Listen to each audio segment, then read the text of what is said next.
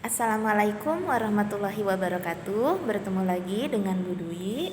Anak-anak ibu tetap semangat ya nak. Kalian harus tetap melaksanakan sholat 5 waktu, sholat duha, dan tetap kalian hafalkan ya pembiasaannya dan surat pendek juz amanya. Karena Bu Dwi tidak bisa memberikan apa-apa kecuali ilmu yang bermanfaat untuk kalian. Semoga kalian bisa menerapkannya dalam kehidupan sehari-hari. Amin ya rabbal alamin. Baik anak-anak, kita langsung saja mulai pembelajaran hari ini, yaitu materi IPS, lahirnya masa pergerakan nasional. Kalian bisa buka LKS kalian, tema 7 halaman 16. Kita langsung baca sama-sama ya nak ya. Bangsa Indonesia menyadari bahwa kegagalan mengusir penjajah karena perjuangan yang bersifat kedaerahan. Perlawanan di berbagai daerah tidak dilakukan bersama-sama. Akibatnya, Belanda lebih mudah mematahkan perlawanan. Apalagi Belanda sangat pandai mengadu domba bangsa Indonesia. Akan tetapi, bangsa kita cepat sadar, memasuki abad 20, strategi perjuangan berubah dari yang bersifat kedaerahan menuju perjuangan nasional. Nah, inilah awal mulanya lahir atau terciptanya pergerakan nasional. Jadi, selama beberapa abad kita dijajah oleh Belanda, oleh Jepang. Karena apa? Karena kita yang masih bersifat kedaerahan, belum adanya persatuan, masih sendiri-sendiri. Di Jawa melawan Belanda, di Jawa aja sendiri gitu. Terus di Aceh juga ada pergerakan sendiri, di Bandung ada, di Surabaya ada, tapi kita tidak bersatu. Waktu zaman dahulu masih zaman kerajaan, dan kerajaan mudah sekali untuk diadu domba, sehingga di antara saudara sendiri malah terjadi perselisihan, dan itu sangat menyenangkan bagi Belanda.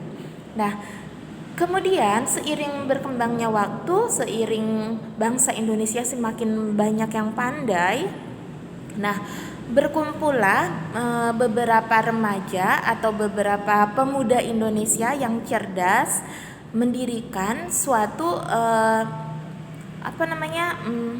perkumpulan persatuan, mendirikan suatu organisasi agar mereka berpikir gitu, kita tidak bisa seperti ini terus. Bangsa Indonesia akan selalu dijajah karena kita masih bodoh ya, karena pendidikannya masih rendah, gampang dibodohi oleh bangsa lain yang sudah berpengetahuan luas, berpendidikan tinggi ya. Jadi para cerdas, para kiai, para tokoh agama maupun tokoh cendekia, mereka bersatu untuk membuat perkumpulan agar bisa membentuk organisasi yang hasilnya untuk bisa mempersatukan Indonesia.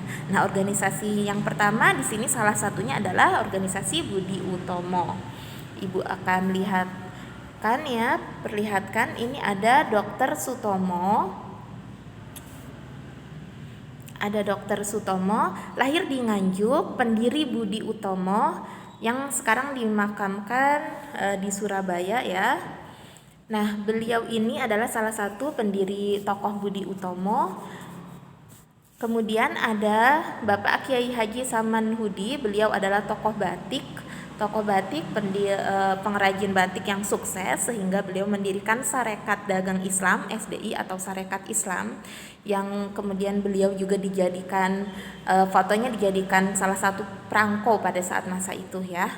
Nah, beliau ini adalah orang-orang yang sukses mendirikan organisasi, mengumpulkan pemuda Indonesia dari seluruh Nusantara, sehingga kita mau berpikir bagaimana caranya supaya Indonesia merdeka, tidak dijajah lagi.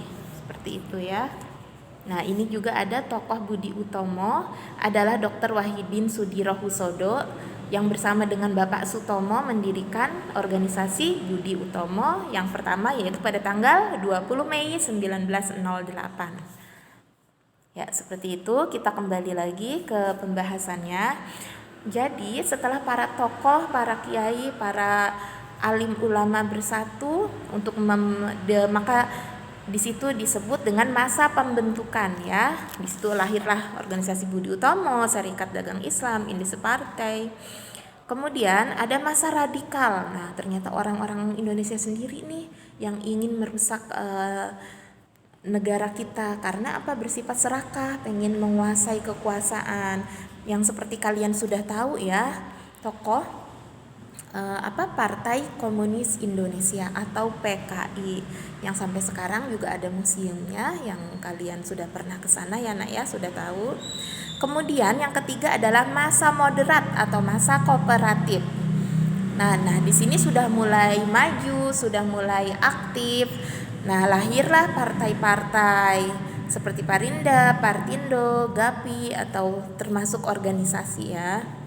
Organisasi pergerakan nasional yang sudah moderat, sudah modern, sudah berkooperatif, dan biasanya organisasi ini bersifat ekonomi ya, karena para pemikir, para cendekia itu mereka beranggapan bahwa tidak akan maju suatu negeri kalau pendidikan dan ekonominya itu terpuruk. Jadi yang ditingkatkan di sini adalah ekonominya dan pendidikannya dulu.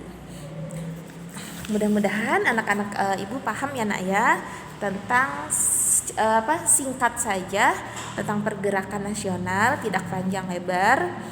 Nah, untuk tugasnya hari ini kalian silahkan kerjakan Ayo Berlatih halaman 16 1-5, dan untuk PR-nya kalian kerjakan LKS halaman 27-28 bagian A dan B saja. Mohon maaf kalau ada kesalahan. Assalamualaikum warahmatullahi wabarakatuh.